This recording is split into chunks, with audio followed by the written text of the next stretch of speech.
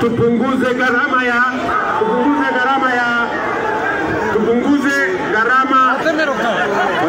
ngojea. Tulisema tupunguze gharama ya mbolea. Kweli ama si kweli? Tulisema tupunguze gharama ya mbolea. Hiyo ngojea, wachana nao wananchi. Tupunguze gharama.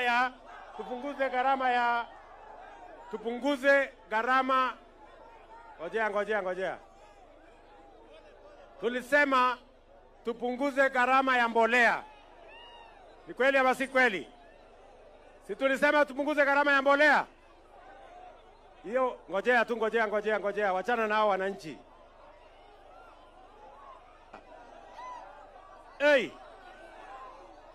Alafu mambo ya kuunganisha wananchi, watu wa Kehancha na watu wa Kuria, mimi nimesema hivi, hatutaki tena siasa ya migawanyiko na chuki na ukabila.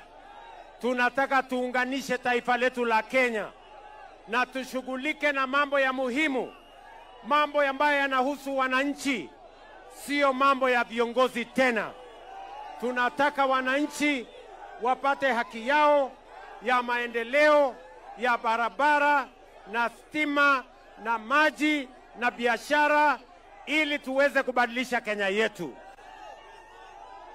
Lakini mimi naelewa vile vile ya kwamba watu wa Kuria wametupatia mawazo yao, wanasema wanataka kaunti yao, na hiyo itakuwa baadhi ya mambo ambayo lazima tujadiliane kikatiba, tuhakikishe ya kwamba hakuna sehemu ya Kenya inabaguliwa na hakuna sehemu ya Kenya inawachwa nyuma, ili tuweze kutembea kwa pamoja. Kwa hivyo, hiyo kazi mmetuuliza, tutashirikiana na viongozi wengine. Kuna mambo yanaendelea kwa sasa, mambo ambayo yanahusu mambo ya kikatiba, mambo ya CDF, mambo ya affirmative action ya kina mama, mambo ya oversight ya Senate, mambo mengine ambayo yanahusu kikatiba. Tutahakikisha ya kwamba inatembea sambamba, ndio tuhakikisha kwamba haki ya kila Mkenya inashughulikiwa. Kehancha hoye! Kuria hoye! Mimi najua ya kwamba bado tuko na kazi kubwa ya kufanya hapa kwenu, na tumekubaliana ya kwamba wakati tunaendesha taifa la Kenya mbele, lazima Kuria iwe katikati ya hiyo maendeleo. Tumekubaliana jameni?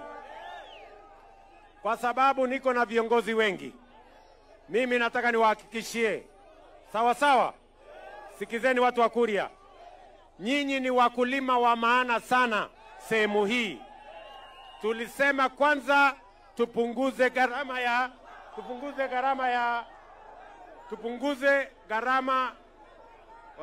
Ngojea. Tulisema